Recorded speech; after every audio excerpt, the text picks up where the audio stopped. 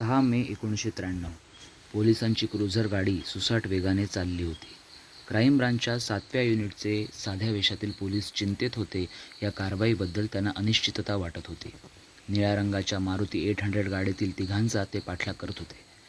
1983 साली ही गाडी बाजारात दाखल झाल्यापासून ती भारतीयांची लाडकी गाडी झाली होती. मुंबईतील गुंडांनी देखील ती गाडी आवडायची, कारण ती पोलीस पाठलाग करत असताना पटकन कुठेही वळवता येत असे. त्या गाडीत मागच्या सीटवर चंद्रकांत तळवलेकर बसला होता. पुढच्या सीटवर मुंबईतले सगळ्यात आक्रमक मारेकरी सुभाष आणि गणेश कुंचीकुर्वे बसले होते. माकडवाला बंधू म्हणून ओळखले जाणारे हे भाऊ झाडू, केरसुण्या बनवणाऱ्या आणि माकडांचे खेळ करणाऱ्या समाजातील होते. दक्षिण मध्य मुंबईतील धारावी परिसरात माकडवाला कंपाऊंडमध्ये राहणारा हा कुंचीकुर्वे समाज साधा, शांत समाज म्हणून ओळखला जायचा. त्यांच्यातील 2 मुले आता जे धाडस करणार होती तसे या समाजातील लोक करू शकतील असे कुणालाही वाटले नसेल.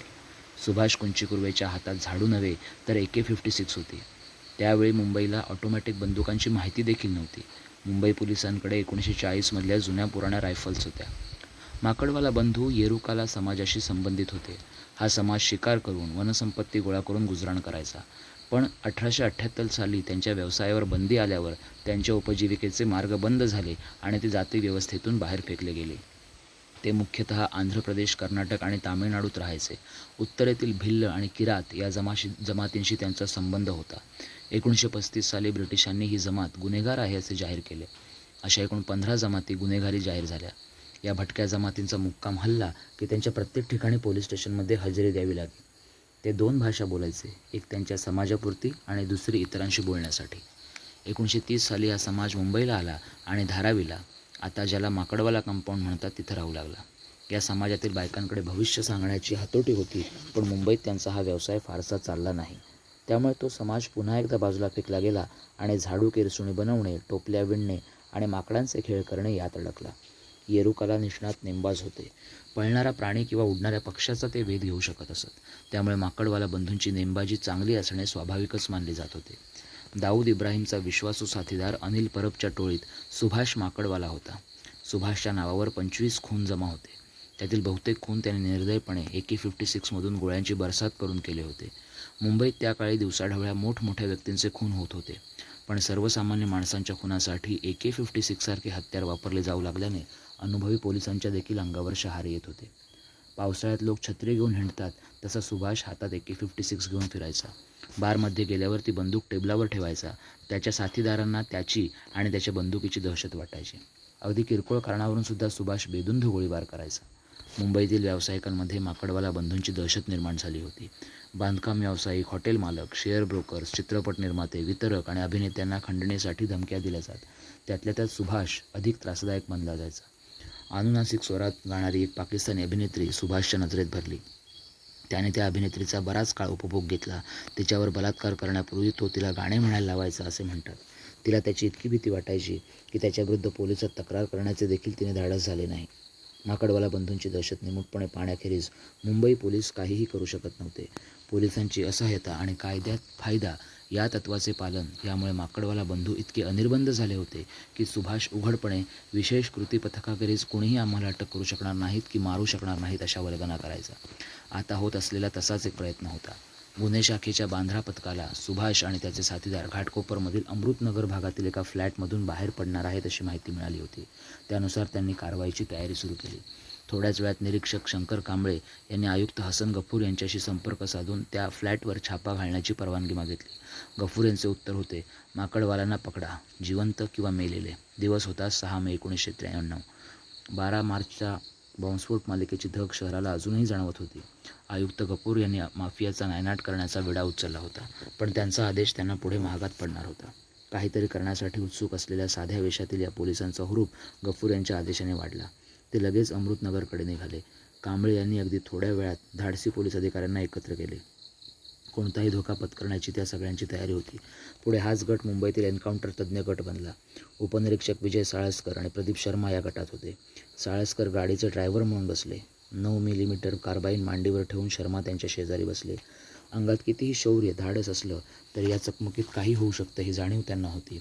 त्यामुळे पोलीस स्थानकातून बाहेर पडण्याआधी त्यांनी घरी फोन करून बायका मुलांशी गप्पा मारल्या. पण आपण कुठे चाललो आहोत, अचानक घरच्याविषयीचे प्रेम व्यक्त का करावेसे वाटले हे त्यांनी घरच्यांना कळू दिले नाही. पोलीस क्रुझर त्या इमारतीपाशी पोचली तेव्हा निळी मारुती तेथून बाहेर पडत होती. सापडले एकदाचे. साळसकरांनी सुभाषला ओळखले आणि त्याच्या गाडीसमोर आपली गाडी घालून त्याला अडवण्याचा त्यांनी प्रयत्न केला. तसे करताना सुभाषच्या हातातील AK-56ची धास्ती त्यांच्या मनात होतीच. मारुतीच्या ड्रायव्हरने दिवा दाखवून आपल्याला जाऊ देण्याचा इशारा दिला होता, पण साळसकरांनी त्याकडे दुर्लक्ष केले. मारुतीच्या ड्रायव्हरने अचानक गाडी मागे घेतली, वळवली, अत्यंत सफाईने सरळ केली आणि सुसाट वेगाने तो दुसऱ्या दिशेला अमृतनगरच्या चढ्या रस्त्यावर जाऊ लागला. साळसकरांनी ही गाडी चालवण्याचे त्यांचे कौशल्य पणाला लावले. जवळपास ॲक्सिलरेटरवर उभे राहून त्यांनी गाडीचा वेग वाढवला आणि ते दुसऱ्या गाडीच्या पुढे गेले. आता दोन्ही गाड्यांची शर्यत सुरू झाली. एकमेकांना घासत धडकत त्या पुढे जाऊ लागल्या. अमृतनगर त्यावेळी पूर्णपणे वसलेले नव्हते. अनेक इमारतींचे बांधकाम चालू होते. रस्त्यावर दिवेही नव्हते. साळसकरांनी ओरडून शर्मांना गोळ्या झाडण्याविषयी सांगितले. बाजूच्या खिडकीतून डोके बाहेर न काढता गोळ्या झाडण्याची सूचनाही त्यांनी केली. अशा कारवाईत एका क्षणाचा उशीरसुद्धा महागात पडू शकतो. अचानक मारुतीची चाके जमिनीला घासल्याचा कर्कश आवाज आला आणि ती एका झाडाला जाऊन आदळली. सुभाषने त्याच्या AK-56मधून गोळीबार सुरू केला. त्या गोळ्यांनी पोलिसांच्या गाडीच्या काचांचा चक्काचूर झाला. हीच निर्णय घेण्याची वेळ होती. शर्मांनी चपळाईने हालचाल करून कार्बाईनमधून गोळीबाराला सुरुवात केली. रात्रीच्या त्या शांत वेळी गोळीबाराचा आवाज घुमत होता. पोलिसांच्या दृष्टीने हा क्षण महत्त्वाचा होता. साळसकर आणि कांबळ्यांनी 38 पिस्तुलं काढून गुंडांवर गोळीबार करायला सुरुवात केली. गुंडांच्या गोळ्या आपला वेध घेण्यासाठी आपल्या गोळ्यांनी गुंडांना टिपावे अशी प्रार्थना पोलीस मनाशी करत होते. थोड्याच वेळात दुसऱ्या गाडीत सगळे शांत झाले. झाली सरशी. मुंबईच्या गुन्हे शाखेच्या पोलिसांनी मुंबईतील सगळ्यात कुप्रसिद्ध गुंडांना संपवण्यात यश मिळवलं होतं. किती दिवस पोलीस त्यांच्या मागावर होते.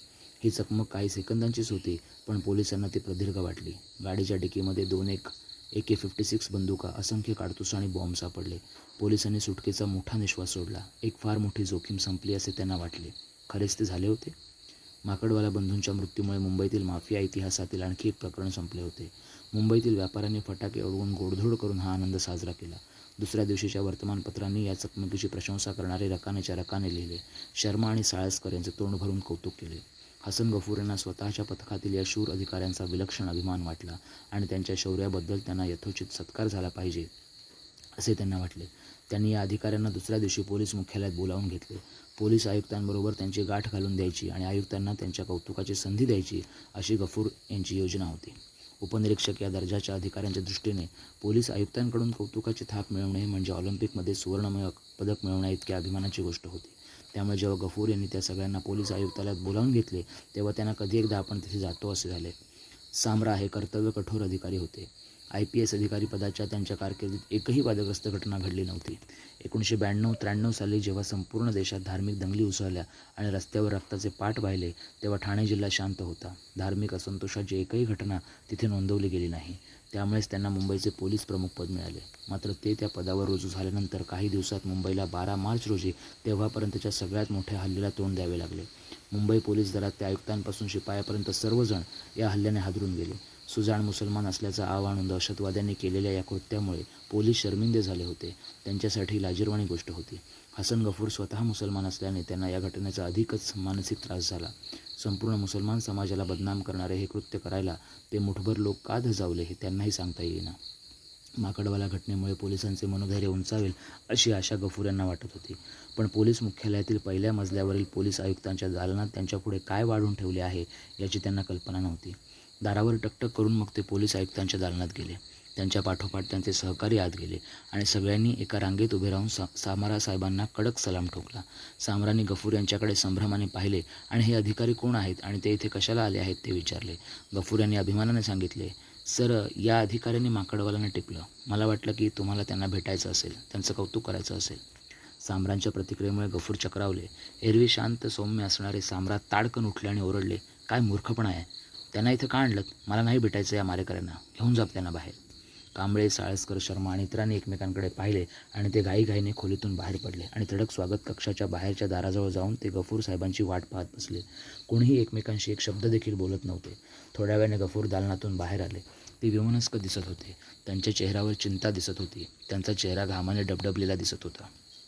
आयुक्त म्हणाले की जी 3 माणसे मारली गेली त्यातला एक गुन्हेगार नव्हता. त्याच्या नावावर एकाही गुन्ह्याची नोंद नाही. तो मारला गेल्यानं रागावले आहेत ते. कांबळे यांची मुंबई पोलीस दलातील सगळ्यात परखड आणि स्पष्ट वक्ते अधिकारी अशी ख्याती होती. तरी देखील ते अतिशय संयम आणि गफूर यांना म्हणाले, सर, जेव्हा एखादा माणूस आपल्यावर बंदुकीचा नेम धरून आपल्याला मारण्याचा प्रयत्न करतो तेव्हा आपण त्याचा इतिहास तपासत बसायचं का? आपला जीव वाचवायचा असेल तर आपण प्रत्युत्तर द्यायला नको का?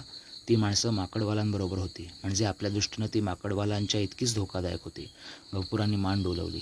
वळता वळता ते म्हणाले, यापुढे चकमकी नकोत असं सांगितले त्यांनी. ते तिथून निघून गेले. यशाचा समारंभ व्हायच्या ऐवजी त्याला अपयश मानले गेले. क्राईम ब्रांचवर पुन्हा एकदा शोककळा पसरली. काहीच दिवसांनी गफूर यांची म्हणे प्रशासकीय कारणांसाठी क्राईम ब्रांचमधून बदली झाली आणि त्यांना भ्रष्टाचार विरोधी शाखेत पाठवण्यात आले. विजय साळसकर आणि प्रदीप शर्मा हे 2 पोलीस अधिकारी मात्र या प्रकारामुळे अजिबात विचलित झाले नाहीत. ते क्राईम ब्रांचमध्ये राहिले आणि इतर योजना आखत राहिले. मात्र या योजना फक्त त्या दोघांनाच माहिती होत्या.